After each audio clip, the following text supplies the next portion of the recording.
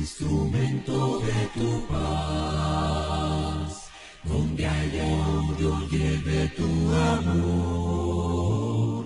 Donde haya heridas, lleve tu perdón.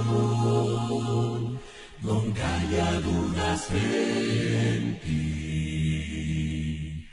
Hazme un instrumento de tu paz, que lleve tu esperanza por doquier. Donde hay tinieblas, lleve yo tu luz. Donde hay tristeza, gozo en ti. Maestro, yo quisiera aprender a no ser consolado, sino consolar. Ser comprendido, sino comprender. Ser amado tanto como amar. Hazme un instrumento de tu paz, pues tu perdón disfruto al perdonar. Tu bendición recibo yo al dar, y vivo al morir en ti.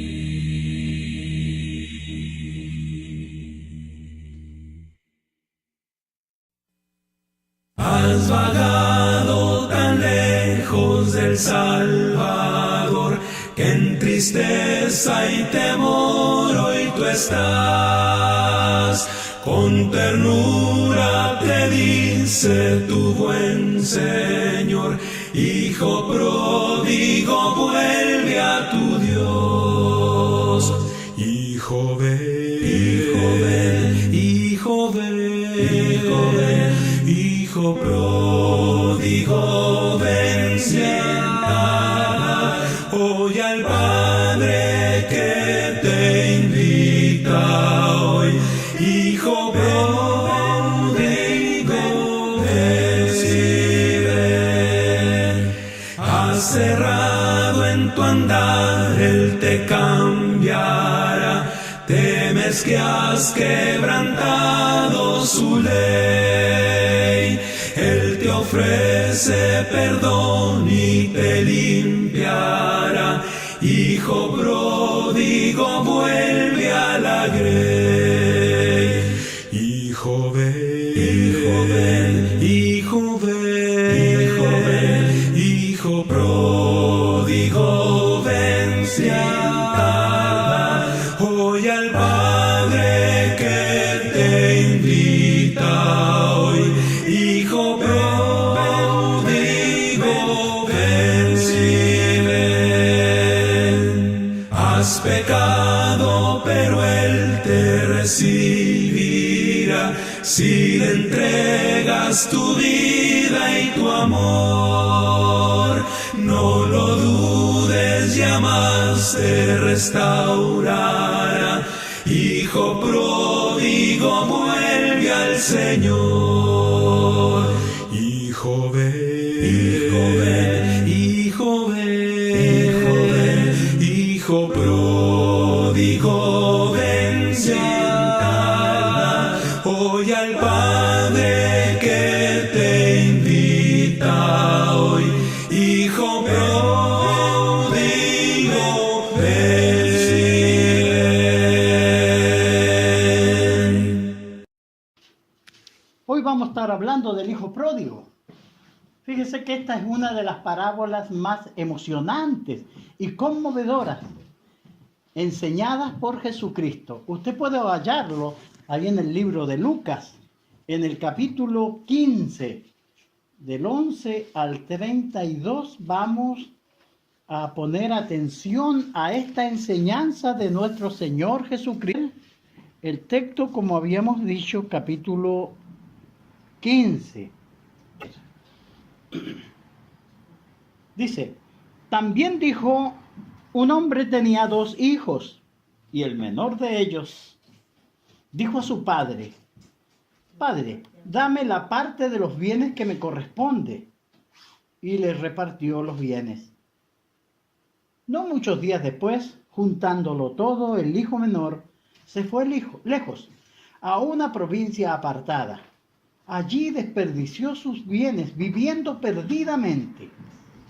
Y cuando todo lo hubo malgastado, vino una gran hambre en aquella provincia y comenzó a faltarle.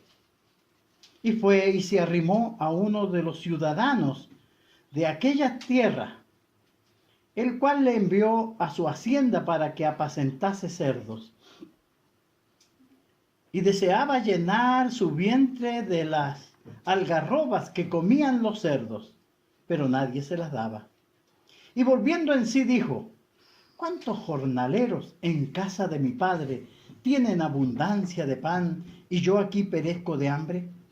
Me levantaré e iré a mi padre y le diré: Padre, he pecado contra el cielo y contra ti. Ya no soy digno de ser llamado tu hijo. Hazme como uno de tus jornaleros. Y levantándose, vino a su padre. Y cuando aún estaba lejos, lo vio su padre. Y fue movido a misericordia, y corrió, y se echó sobre su cuello y le besó. El hijo le dijo: Padre, he pecado contra el cielo y contra ti, y ya no soy digno de ser llamado tu hijo. Pero el padre dijo a sus siervos: sacad el mejor vestido y vestidle, y ponerle un anillo en su mano y calzado en sus pies. Y traed el becerro gordo y matadlo, y comamos y hagamos fiesta. Porque mi hijo muerto era, y ha revivido. Se había perdido y es hallado. Y comenzaron a regocijarse. Y su hijo mayor estaba en el campo. Y cuando vino y llegó cerca de la casa, oyó la música y las danzas. Y llamando a uno de los criados, le preguntó qué era aquello. Él le dijo: tu hermano ha venido, y tu padre ha hecho matar el becerro gordo, por haberle recibido bueno y sano. Entonces se enojó y no quería entrar. Salió por tanto su padre y le rogaba que entrase. Mas él, respondiendo, dijo al padre: he aquí, tantos años te sirvo, no habiéndote desobedecido jamás, y nunca me has dado ni un cabrito para gozarme con. Pero cuando vino tu hijo, que ha consumido tus bienes con rameras, has hecho matar para él el becerro gordo. Entonces le dijo: hijo, tú siempre estás conmigo y todas mis cosas son tuyas. Mas era necesario hacer fiesta y regocijarnos, porque tu hermano era muerto y ha revivido, y se había perdido y ha sido hallado. Fíjense que esta hermosa parábola Jesús la cuenta, y tenemos acá una gran enseñanza en esta parábola: el amor del Padre por el pecador. Fíjense que los fariseos y los escribas no querían a los pecadores. En Lucas 15, 1 y 2 dice que se acercaban a Jesús todos los publicanos y los pecadores para oírle. Y los fariseos y los escribas murmuraban, diciendo: a los pecadores recibe y con ellos come. Y ellos estaban muy molestos con Jesús por esa actitud de amor hacia los pecadores. Jesús enseñó, después de esto que dijeron los fariseos, otras parábolas más: la de la oveja perdida, donde el pastor deja las 99 y va por la perdida, y habla también del amor, de la moneda perdida, y finalmente del hijo perdido, con el propósito de dar esta gran enseñanza.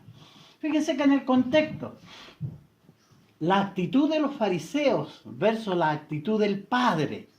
Los fariseos creían ser los representantes de Dios, los celosos religiosos de su tiempo, y eran muy severos. Entonces está la actitud de los fariseos hacia los pecadores y la actitud del Padre hacia los pecadores. El hijo mayor en esta parábola representa a los fariseos y a los escribas, los que profesan ser religiosos. Fíjese, pero no tenían la característica de Dios. El hijo menor representa a los que abiertamente se rebelan contra Dios, los publicanos y pecadores, que sí eran pecadores. En esta parábola, el personaje central no es el hijo pródigo, sino que es su padre que le perdona con amor.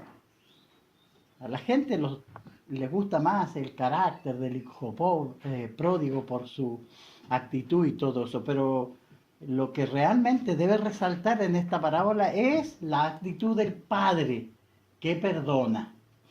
Entonces, hablando un poco del hijo menor, dice, y el menor de ellos dijo a su padre, Padre, dame la parte de los bienes que me corresponde, y les repartió los bienes. Pidió su herencia en vida. Dice que no muchos días después, él juntó todo lo que tenía y su dinero y se fue lejos a una provincia apartada, independiente de su padre. Claro, ya tenía dinero. Fíjese que este lenguaje bien ilustra la actitud de los que quieren alejarse de la enseñanza y autoridad de Dios por ser independiente. Ya no queremos más los sermones del papá, ya no queremos más los sermones de los hermanos que nos llaman a la cordura, que nos llaman a que tenemos que comportarnos como hijos de Dios. Entonces muchos hermanos a veces abandonan la comunión con Dios. Si bien es cierto, no se van a una provincia apartada, sino que dejan de reunirse, dejan de venir a la congregación, dejan de buscar a Dios. ¿Qué pasó con este hijo menor? Y allí dice, desperdició sus bienes, viviendo perdidamente, desenfrenadamente. Tenía dinero, tenía amigos, él podía comprar lo que quería. Fíjese que la parábola muestra el curso del pecador. Su temporada de indulgencia está en los versículos 12. Dice que pidió el dinero a su padre y el padre se lo dio, y no muchos días después, juntándolo todo, el menor de los hijos se fue lejos a una provincia apartada y allá desperdició sus bienes, viviendo perdidamente. Entonces esa temporada de pasarlo bien, de ser indulgente, de vivir la vida como él quería. Luego viene la miseria, porque se le gastó el dinero, dice el 14. Cuando todo lo hubo malgastado, vino un gran hambre en aquella provincia y comenzó a faltarle. Y fue y se arrimó a uno de los ciudadanos de aquella tierra, el cual envió a su hacienda para que apacentase cerdos. Fíjese, ahí tenemos su miseria. La reflexión, el momento de arrepentimiento, del 17 al 20. Y volviendo en sí, dijo, ¿cuántos jornaleros en casa de mi padre tienen abundancia de pan y yo aquí perezco de hambre? Me levantaré e iré a mi padre y le diré, Padre, he pecado contra el cielo y contra ti. Ya no soy digno de ser llamado tu hijo. Hazme como uno de tus jornaleros. Y levantándose vino a su padre, y cuando aún estaba lejos lo vio su padre. Y fue movido a misericordia, y corrió, y se echó sobre su cuello, y le besó. Entonces, el 20 al 24, vemos el perdón que consigue al humillarse. Dijo el padre dijo a sus siervos, sacad el mejor vestido y vestirle, poner anillo en su mano y calzado en sus pies, y traer el becerro gordo y matadlo, y comamos y hagamos fiesta, porque mi hijo muerto era y ha revivido. Se había perdido y ha sido hallado. Y comenzaron a regocijarse. Fíjese que este hijo menor tenía libre albedrío. Podía tomar la decisión de salir de casa, de la casa de su padre, pero no podía estar libre de las consecuencias de su decisión. A veces, claro, con dinero tú compras mucho y te va bien, pero en este caso este muchacho quería vivir sin la vigilancia del padre y él tomó su decisión, pero ese libre albedrío no le liberó de las consecuencias de su decisión de irse de casa y vivir perdidamente. Fíjese que la tentación presenta al pecado como muy atractivo, muy deseable, y no se niega que el pecado mismo, el acto mismo del pecado puede ser placentero. El diablo, el mundo te invita y parece que brillan las cosas allá.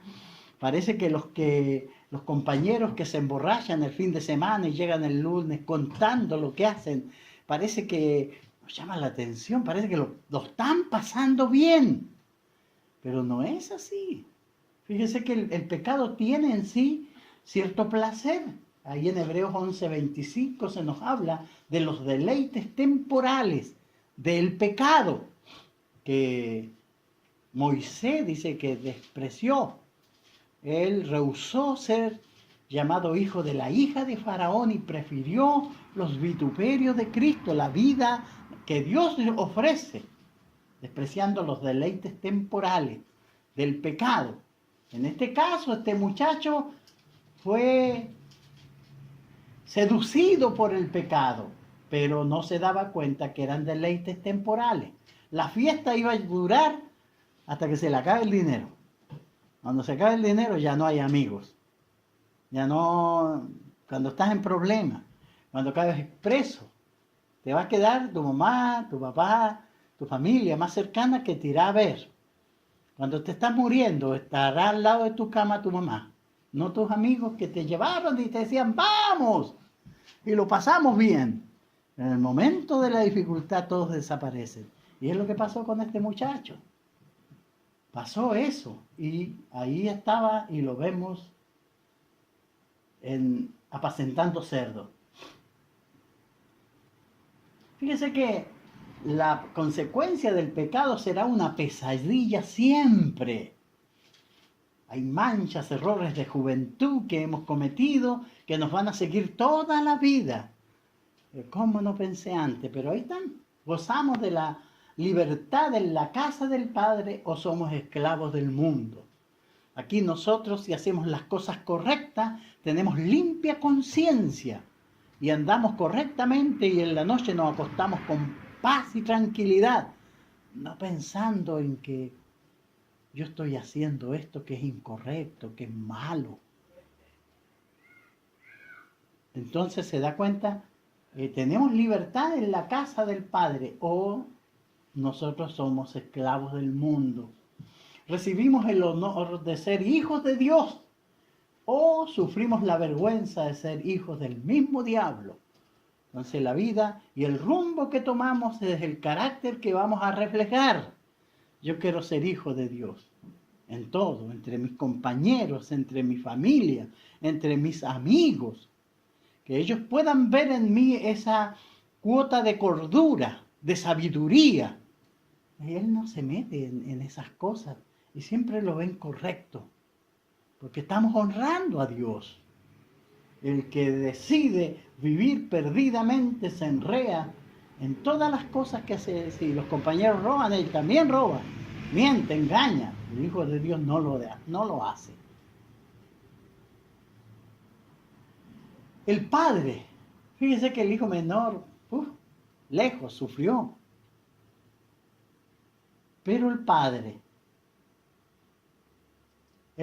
no era indiferente. El padre no robó, ni discutió, ni regañó al hijo. Ya tenía edad, quería irse de casa y pidió su herencia. El hijo tendría que aprender la lección. El padre no lo tomó a la fuerza. No lloró al cuello de él diciéndole, no te vayas, hijo, sino es tu decisión, tú lo has decidido, va. Dios nos da libre albedrío. Él permite que dejemos la casa del Padre. Él no nos va a andar asustando. Si yo decido pecar es problema mío. Yo debo asumir las consecuencias de mis faltas. Fíjese que en el caso del hijo pródigo, el padre no lo sujetó, ni le negó, sino que le dio lo que él quería. Le dolió. Sabía él que era una decisión mala, que era una decisión pésima la que estaba tomando su hijo. La herencia del hijo hubiese aumentado si quedaba ahí trabajando en la hacienda del padre. Él cada día sumaría más a su herencia, pero él la pidió y se le dio y la perdió. Pero fíjese que era un hijo libre, tomó su decisión y salió. Y el padre, bueno, no le dijo nada. Fíjese que cómo miraba la situación el padre. Para el padre el hijo se había perdido. Mi hijo muerto era. Cuando se fue y él supo el rumbo que tomó, él lo consideró muerto. Muerto, perdido, sin saber nada de él. Pero el hijo estaba libre para estar perdido y muerto, para sufrir las consecuencias de su necia decisión. El padre no lo forzó.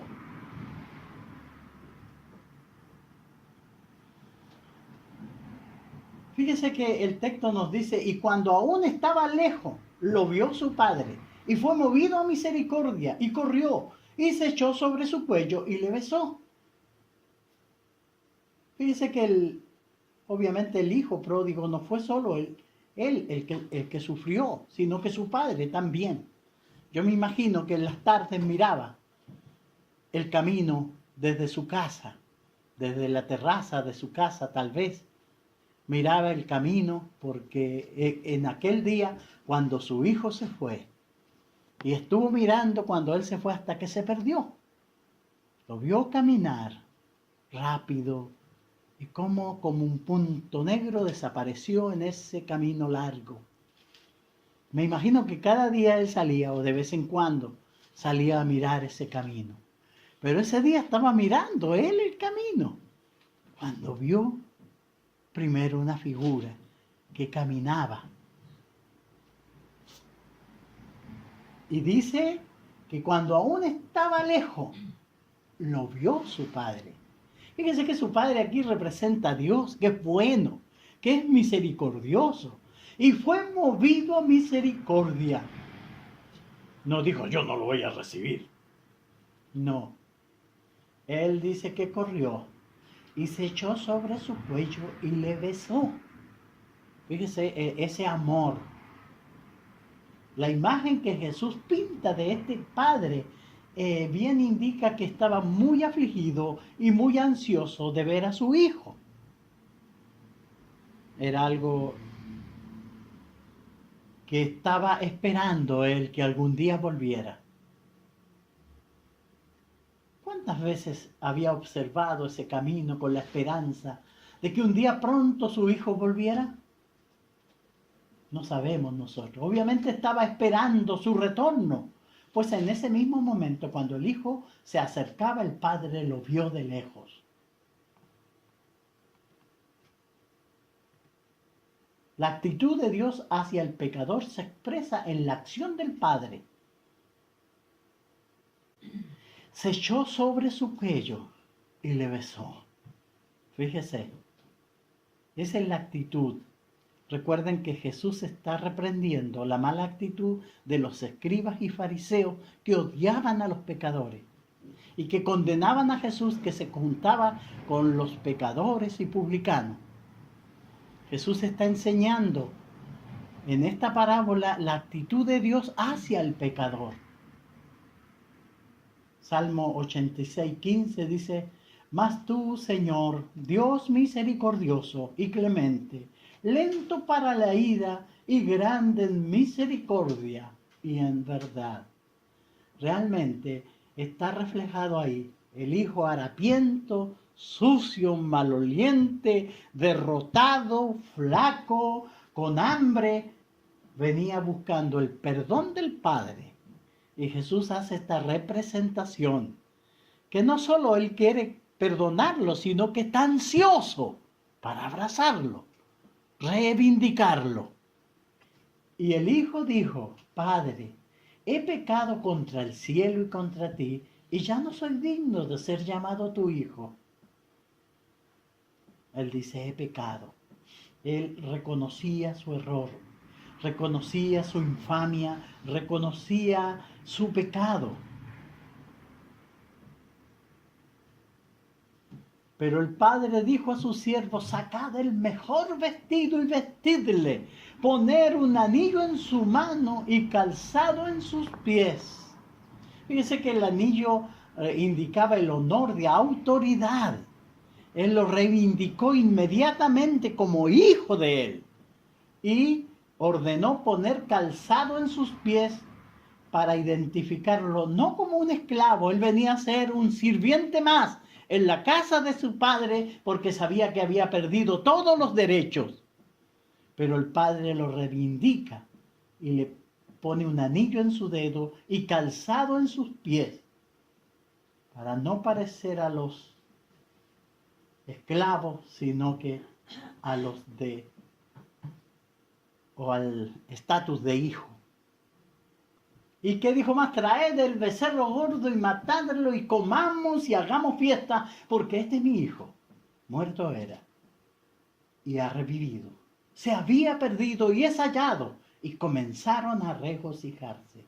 Lucas 15:10 también nos habla, en la parábola de la oveja perdida: os digo que hay gozo delante de los ángeles de Dios por un pecador que se arrepiente. Y el hijo mayor, como decíamos, el hijo menor representa al pecador perdido, pero Dios lo ama. El padre representa a Dios, que amoroso espera que sus hijos vuelvan. Pero el hijo mayor, ¿qué pasó con él? Dice: y su hijo mayor estaba en el campo, y cuando vino y llegó cerca de la casa, oyó la música y las danzas, y llamando a uno de los criados le preguntó: ¿qué pasa? ¿Por qué esa fiesta? ¿Cuál es la razón para alegrarnos? Y él le dijo que había regresado su hermano menor. Entonces se enojó y no quería entrar. ¿Por qué será la actitud de los fariseos y de los escribas? Al hablar del hijo mayor, Jesús pinta la imagen de los fariseos y de los escribas que murmuraban, diciendo: este a los pecadores recibe y con ellos come. El hijo mayor creía que era muy superior a su hermano menor, que era moral y su hermano era inmoral, por todo lo que él dice. Claro, él se enojó mucho. Así pensaban los fariseos y los escribas, que los pecadores no tenían opción alguna, pero Jesús venía trayendo esa opción de perdón frente al arrepentimiento. Fíjense que es bueno para comparar la oración del fariseo, que oraba consigo mismo, diciendo: no soy como los otros hombres, ladrones, injustos, adúlteros, ni aun como este publicano. Ayuno 2 veces a la semana y doy diezmo de todo lo que gano. Fíjese. No solo los fariseos y los escribas, sino también todos los que se justifican a sí mismos y menosprecian a los perdidos. El padre, fíjese que amaba a los 2 hijos y estaba contento con ellos. Tal vez para nosotros es más fácil amar al hijo pródigo que al hermano mayor. No encontramos tan egoístas, ni que enojarse. Pero se enojó. Pero Dios ama a los 2 y desea que sean salvos. Dios, nuestro Salvador, quiere que todos los hombres sean salvos y vengan al conocimiento de la verdad. Primera de Timoteo, capítulo 2, versículo 4. Ahí en 2 de Timoteo 3:9 dice: el Señor no retarda su promesa, según algunos tienen por tardanza, sino que es paciente para con nosotros, no queriendo que ninguno perezca, sino que todos procedan al arrepentimiento. Así es nuestro Dios. Entonces, concluyendo esta lección, el hijo salió buscando libertad y felicidad, pero se encontró con desdicha y dolor. Proverbios 16:18 dice: ante el quebrantamiento es la soberbia, y ante la caída la altivez de espíritu. Tuvo que volver a casa de su padre para encontrar la verdadera felicidad, la verdadera libertad. Con la experiencia vivida ya jamás iba a querer irse del lado del padre o abandonar la casa del padre. La pregunta que se hacían los fariseos y que muchos se hacen: ¿cómo puede Dios perdonar lo imperdonable? Es lo que el hijo mayor no entendió. ¿Cómo alguien puede dar la espalda a un amoroso padre como este, siendo tan bueno, tan justo, tan generoso? Más Dios muestra su amor para con nosotros, en que siendo aún pecadores, Cristo murió por nosotros. Romanos 5:8. Efesios 5:2 dice que Cristo nos amó y se entregó a sí mismo por nosotros. Primera Pedro 3:18 agrega: el justo por los injustos para llevarnos a Dios. Fíjese que esta parábola nos enseña esta reflexión que Jesús quiere que hagan los fariseos. Y es una muy buena enseñanza para nosotros. Tenemos un Padre amoroso que nos ama. No juguemos con Él, pero siempre está dispuesto, si de alguna manera hemos fallado, para que nos levantemos, y Él nos esperará para perdonarnos si nos arrepentimos realmente.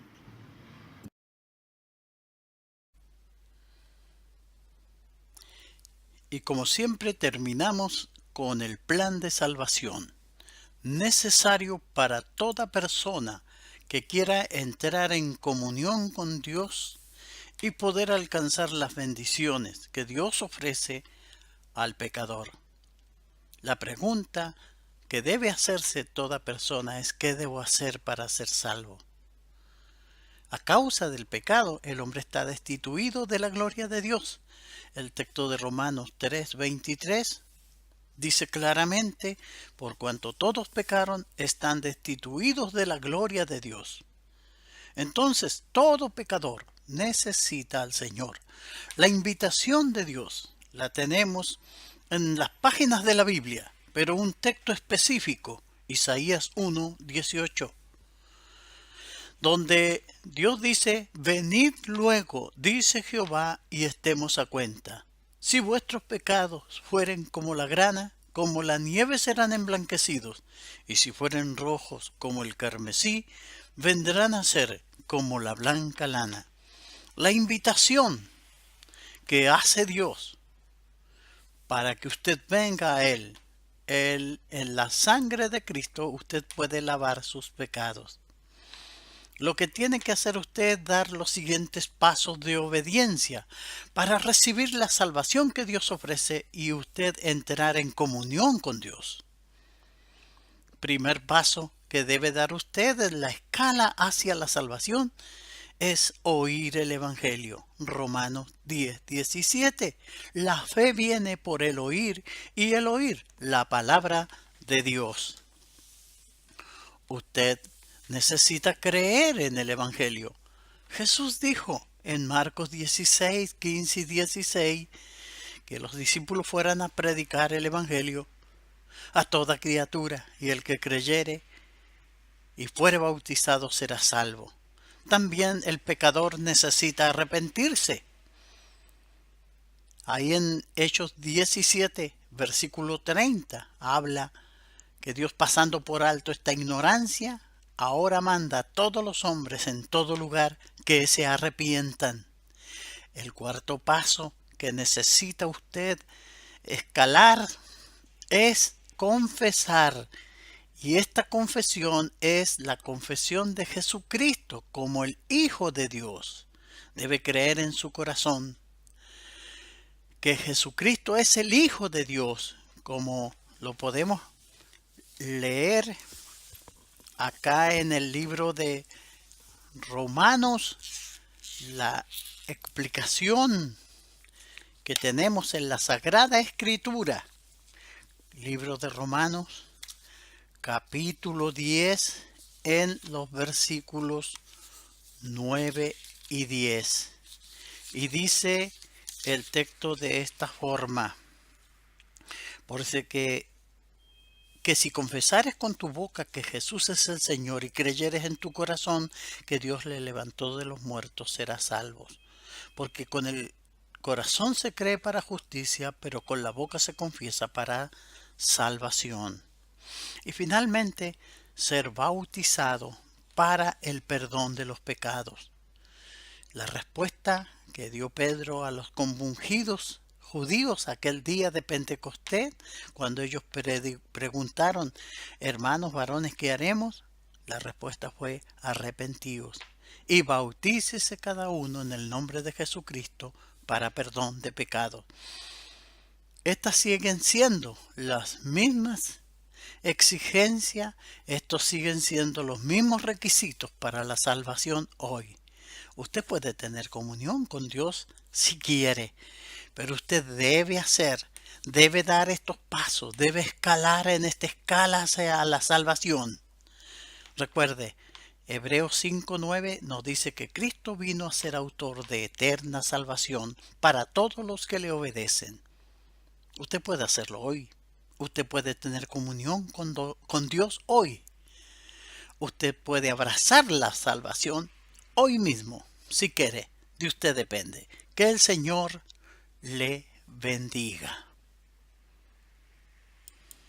Cansado de sufrir, hastiado de vivir en este mundo vil de sinsabores, amigos ya no vi, abandonado fui, lloré por mi desgracia y mis errores, cual pródigo viví y al fango descendí, siendo yo el hijo del Rey de los cielos.